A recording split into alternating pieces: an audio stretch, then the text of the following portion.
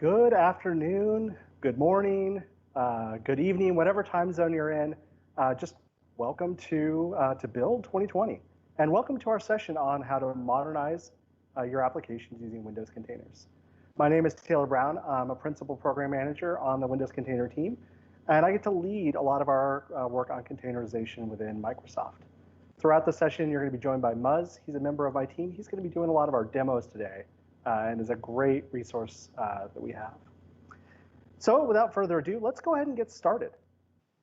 Throughout the session today, you may hear some squeaky toys, or you might even get to see our little studio manager, Karen. If she makes an appearance, she's a lot of fun. Just be aware, she might make some noise. So I'd like to start things off with just a bit of evidence on why this is important. So over the past couple months, we've been working with a great customer, Woolies. They're an Australian supermarket and grocery store chain. And they've been on a journey to modernize some of their applications using Windows containers. And we've been working with them through private preview of the AKS service, which is now generally available in all regions. And as they were doing it, we were getting some great results, faster deployments, increased reliability. And this really turned out to benefit them greatly as the COVID crisis started. They needed to be able to increase their uptime and increase the load that they were able to handle on their website. 320% increase in traffic. And because of that faster deployment time and that increased reliability and less manual intervention, they were able to take advantage of that and deliver some great value to their customers. And so this is just one example of a customer who's taking advantage of this technology and really leveraging it to deliver digital transformation and business results. And so for the rest of the session, we're going to go over a couple of the ways that you can take advantage of this technology to set yourselves up for similar scenarios. So what do we mean when we talk about modernizing a Windows app? Well, we've got an existing application. And in a lot of cases, that application is working really just fine. It's doing the job that it was written to do, and it's working for us. But it's stuck in an older deployment pattern. It's stuck in an older way of operating it. Maybe it's stuck in an on-prem environment on an older version of the operating system. And really what we want to do is be able to take that application forward. And there's different sets of levels that we can take it forward into. We could rewrite the whole thing. We could just modernize it by putting it into a new deployment model, or we could start to rewrite pieces of it.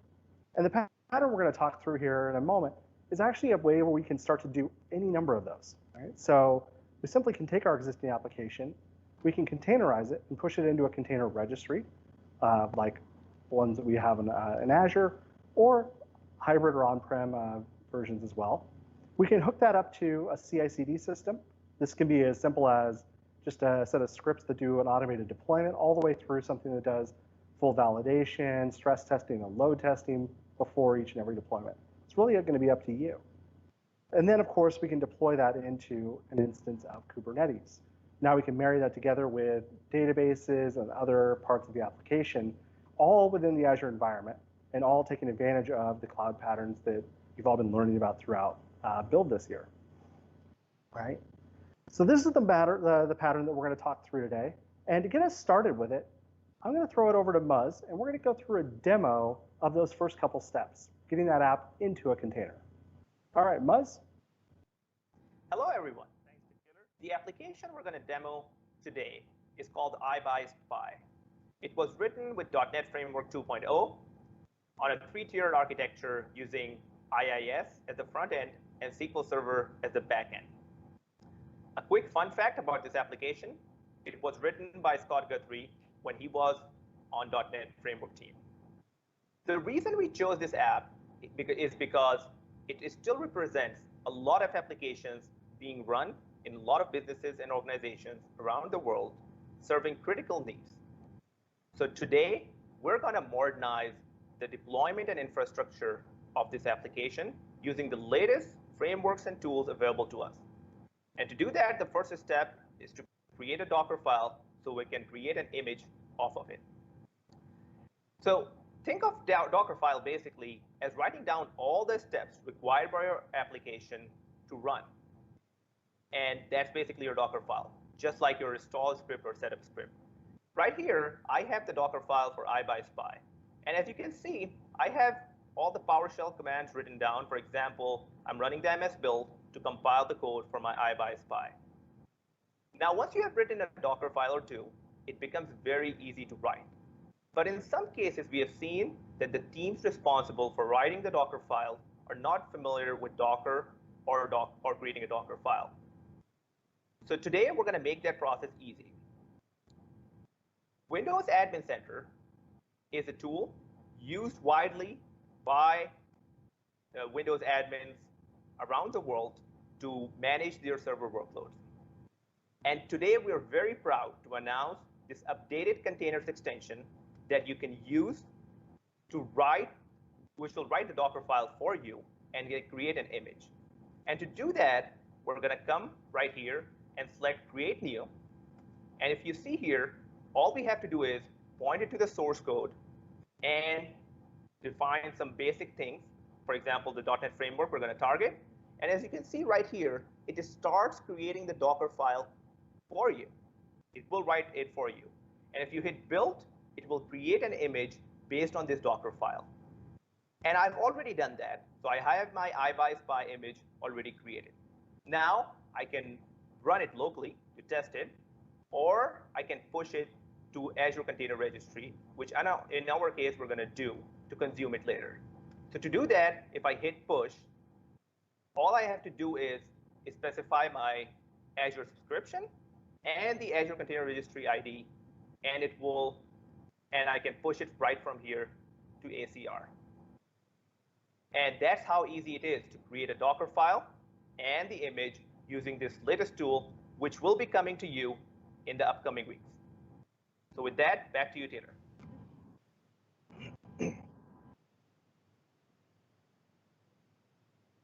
Thanks, Buzz. Yeah, I think it's really cool to see some of this Windows Admin Center tooling that's going to really help us enable both developers as well as DevOps engineers and IT engineers to take advantage of some of the containerization. Now, in a second here, our slide will reload back up. But in the interim, why don't we take a couple questions on what you just saw? Cool. Thanks, Taylor.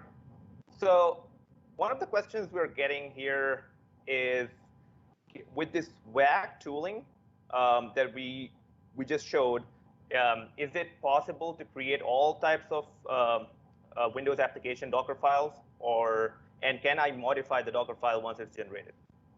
Yeah, a couple great questions. So we focused the tooling on a couple really common apps to start with, namely web applications. So we've got support for ASP.NET applications, either as solution files or as exported web deploy packages. And then really your feedback is going to help us guide on what are the next kind of applications to add support for. So expect to see a tail of existing and new types of applications being added over time. And then, yeah, the whole idea of this is that you can actually take that Docker file and do additional customization to it. So we may help you get all the way there, or the Docker file may be 90%, and then you can add the last 10% that's custom to your environment and your application. And it really kind of helps you build that Docker file and learn how to use it. Cool. Thank you. Do we want to move to the next question, or? Yeah, let's take one more. OK. What Windows Server versions does the WAC tool support? So with all of our containerization tooling, we're going to be targeting Windows Server 2019 and later. That's our latest long-term supported channel, and really what we're seeing people heavily adopt. It's also what's supported in the Azure Kubernetes Service, and it's kind of the baseline for Kubernetes support. Of course, Windows Admin Center supports previous versions, but we're really going to focus this container tooling around 2019 and later versions. Cool. Thank you. Yeah. So it looks like we're having a little bit of challenges with the slide, but that's OK. So what Muzz just demoed is he took that application from a container image, or from an application, containerized it, got a container image created, and got it pushed into the container registry. Now, if you remember back a slide or so ago, the next step of that was going to be to hook it up to CI/CD, and then ultimately deploy it into an instance of the Azure Kubernetes Service. And Muzz has got a great demo that's going to take us into that next set of steps. So with that, why don't we just throw it back over to Muzz, and he'll take us through getting that app up into Azure and into the Azure Kubernetes Service. OK, now we have the image ready and pushed to ACR, the next thing we're going to do is create an AKS cluster. And you can do that using PowerShell or Bash or Azure CLI. In our case, we're going to use the Azure portal, and we'll select the Kubernetes service under the popular services right here in the Azure portal. And it has all the basic things that any Azure service is going to require: your resource group, your subscription ID. Now, I'm going to move over to node pools. And as you can see, AKS has already created the default node pool, which is on Linux. So I'm going to create another node pool for our Windows app, and I'm going to specify the OS as Windows so that my application can run on the Windows node pool. I can select the node size and the node count. And the next thing we're going to do is select the advanced networking option here under networking. And the reason for that is AKS today only supports Azure CNI for Windows applications. So once I've done these two things and I've filled out everything else, I'm going to quickly create a cluster by validating everything. To save time, I've already created a cluster. So if I come here and take a look, as you can see, I have a Kubernetes service right here and a VNet created for me. Now, just one thing to keep in mind, AKS is going to create another resource group for you, which is also called the node resource group. It will have all the plumbing for AKS behind the scenes. You don't need to do anything to it. Just be aware there's going to be another resource group. Now, if you see here, we also have the ACR, where we pushed the image earlier using this cool WAC tooling we just announced. And you also can see here the Azure SQL Server. And we have the server and the database. And I use the SQL Server data migration assistant tool created by the SQL team to literally migrate the whole existing SQL Server to Azure SQL in less than 10 minutes. And it's all very well documented, and we're going to provide links on how to do that. So now my database is created, and I already went ahead and in my web config pointed this database in the connection string. So now my database is connected.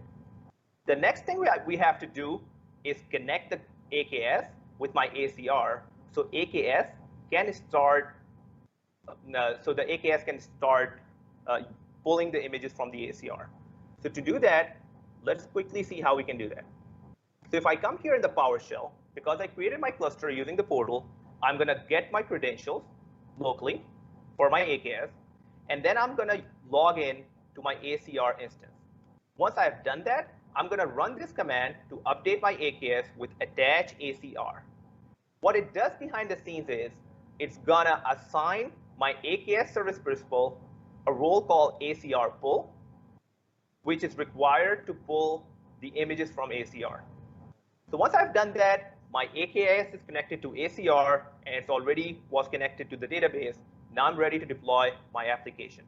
And to do that, I am going to quickly come here to my VS Code and look at the Kubernetes manifest file. It's a pretty standard YAML file. If you see here, I've defined it as replica this too, because as I said earlier, it's a critical application, so we probably want to have some redundancy. The other thing I want you to look at is node affinity. The reason I've defined node affinity, and specifically the node selector as Windows, is because the Kubernetes master could try to schedule your Windows application on the Linux node. To avoid that, we're specifying that please deploy my Windows application on the Windows node. The other thing I have here is the load balancer. So I can get an external IP, and this is the Kubernetes load balancer, so I can access my application. So once I have this YAML file, I'm going to quickly go back over to PowerShell and deploy using kubectl apply. And this should deploy my iBuySpy to the AKS cluster I just created. Now let's go and take a look. So if I go kubectl get all, right here you can see, because I specified replicas as 2, I have 2 pods up and running. And I also have the load balancer with an external IP. So let's go and see if our application is running. So I'm going to copy the external IP right from here and go into my Edge browser and see if that works. And there you go. The application is modernized and is running on AKS cluster. So the next thing you're probably wondering what to do now. The first concern you usually have is monitoring. How do you monitor your Windows application? And using the log monitor tool we announced at Ignite last year, I am able to get my IIS and event viewer logs right here in the portal under Container Insights. And from the same pane, I can look at all my IIS logs. So that's your modern logging. And I can look at the cluster health right from here, the CPU utilization and the memory utilization, all from a single glass pane. I can now also use all the benefits of AKS. For example, scaling up, upgrading the cluster, and all of them are available to me right here. So that's your Modernize iBuySpy. It's very easy, and all the processes I went through are well documented. With that, I'll hand it back over to Taylor.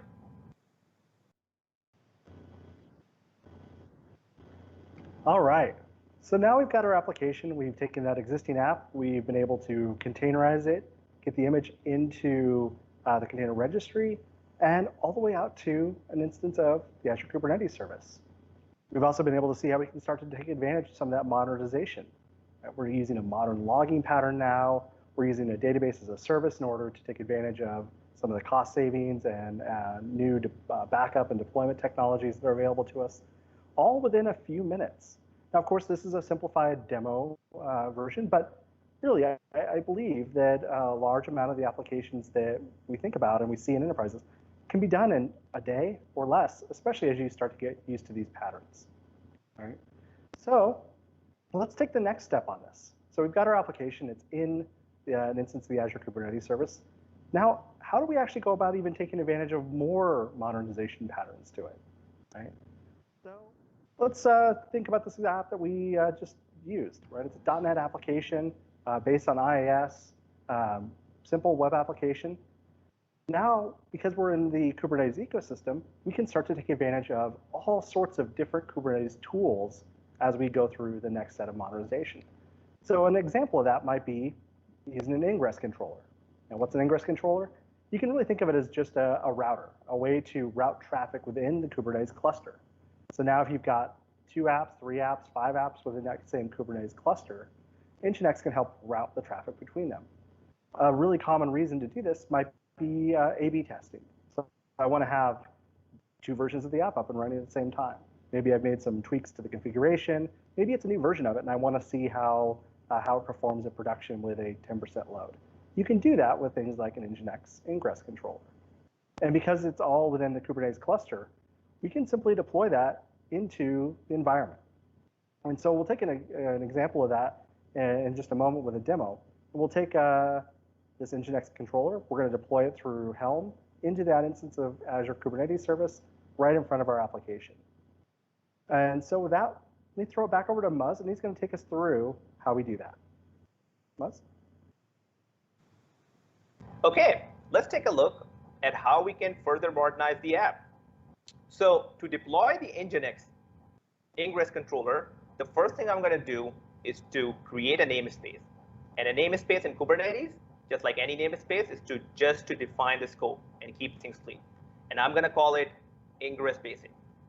So I do that, and the namespace is created. The next thing is I'm going to use this Helm package manager that you probably have heard, which is basically just a package manager that can packages your deployments pretty well. And you have hundreds of applications packaged and available to you called charts out there. So what we're going to do first is go to the Helm repo and download those charts. Nginx controller is just one of those charts. So I'm going to run this command. And you can use this Helm to create a package for your own application like iBuySpy. OK, so once that repo is added, now I'm going to quickly go and install the Nginx controller using help. So right here, all I'm saying is specifying the name of the chart that I'm going to use and the repo. And if you see here, I'm using replica count as 2. As you can recall, iBuySpy is a critical app. So, and as Taylor mentioned, it's the router, it's the front end to your Kubernetes cluster. So you probably want to have some redundancy. The other thing to note, if you recall in iBuySpy, I used node selector as Windows because it was a Windows application. But Nginx ingress controller is a Linux application. So I'm going to specify the node selector as Linux, and I'm going to run this. It should take a second or two to install the Nginx controller. And now it has installed. Let's go and quickly see what has it done. So if I go and see all the services created, if you look here, there are 2 services created for ingress controller. One is the load balancer with the external IP, and one is the backend, which will have all the routes you're going to define on how Nginx controller can route to your different application. But now, if you go to this external IP, which is going to point us to the Nginx controller, you're going to get a 404 because we don't have a default app deploy for Nginx controller so it can route the traffic to it until we define all these different routes. And to do that, I'm going to quickly come back to the YAML file. And if you see here at the end, I'm just going to add this new section called ingress with the default port as 80. So all the default traffic can start going to my iBuySpy. When somebody hits the Nginx controller, they're going to land to iBuySpy. And once I've done that, I'm going to go back here and I'm going to quickly apply this new YAML file. And there you go. Now we should have it deployed. So if I come here and take this external IP and go to my Edge browser, it should take me to my iBuySpy app using the Nginx ingress controller. Well, isn't that neat? Now you have an Nginx ingress controller running and routing the traffic for you. Now you can use it for A/B testing in all sort of different ways. And that's how easy it is to continue modernizing your app. With that, I'm going to hand it back to Taylor.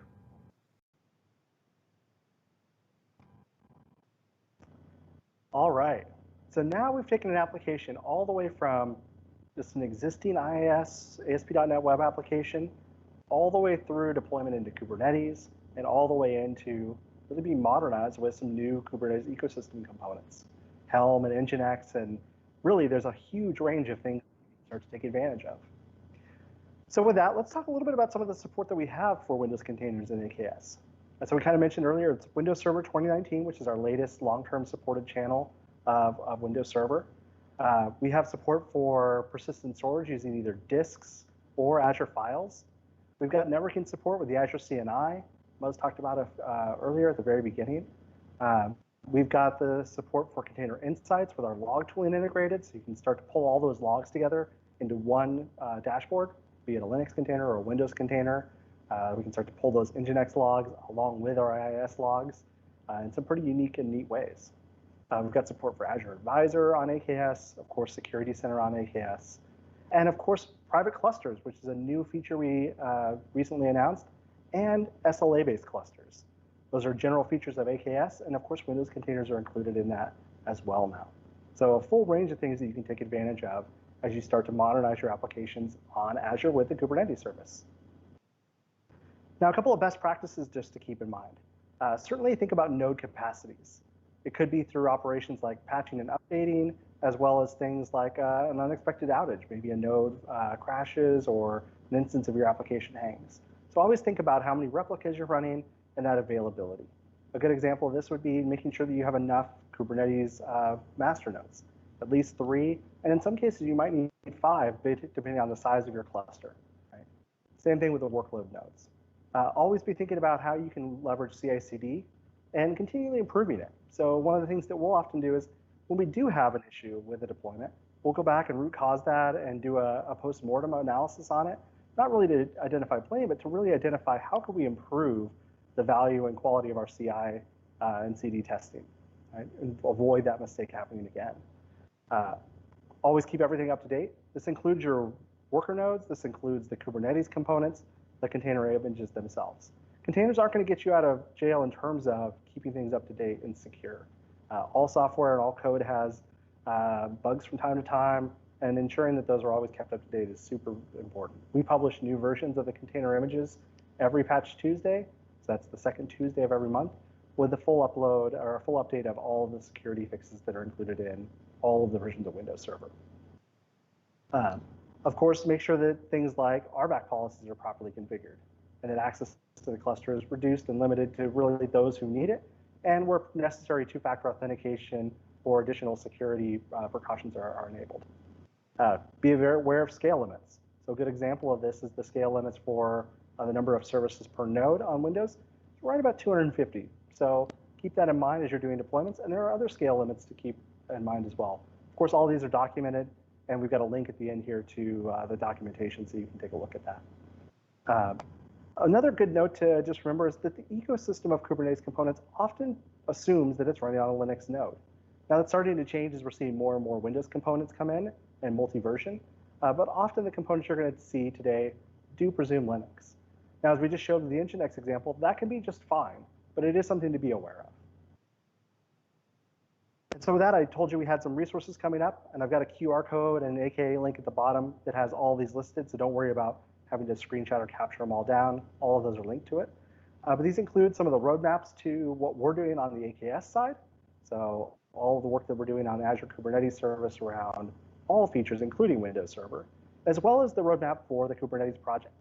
And I will tell you, your feedback into both of those really shapes the direction of the community work, the open source and Kubernetes project work, as well as what we do on Azure.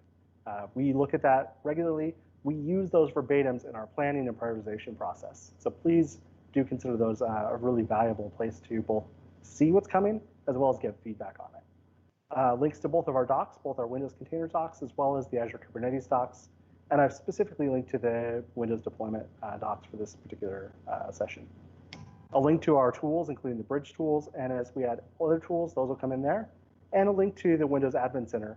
And as that tool, the containerization tooling becomes available later in a couple weeks here, that will be updated with a link to it. And then last but not least, our PM team's email address. Please feel free to take advantage of this. Send us emails. We'd love to have that discussion with you. And with that, I will take some more questions until we get to the old hook. Cool. Thanks, Taylor. So we have time for, I think, only 2 more questions, and I'm gonna pick the most popular ones right now we're getting. So the first question is, any plans to get the Kubernetes running in Windows only, especially for on-premise environment, without the Linux node at all? Sure, definitely. First, I'll just say, if you have a question that doesn't get answered, please do send us an email. We're happy to take those questions at any time. On the specific question, the broader community of Kubernetes is really aligned around the Linux masters and the Windows worker model. We're certainly open to feedback and changing that. I can say personally, I see some real value in doing that. But it's a broader community discussion. So that link to the roadmap, that would be a great place to give your feedback on why that's valuable and help us prioritize that work. Cool. And the last question we can get to is around GMSA. Basically, the support plans for GMSA on AKS, and would it be possible to containerize a .NET Framework 3.0 app which requires Windows integrated authentication? So yes, it is absolutely possible to containerize an app that requires Windows authentication. We have a number of customers doing that.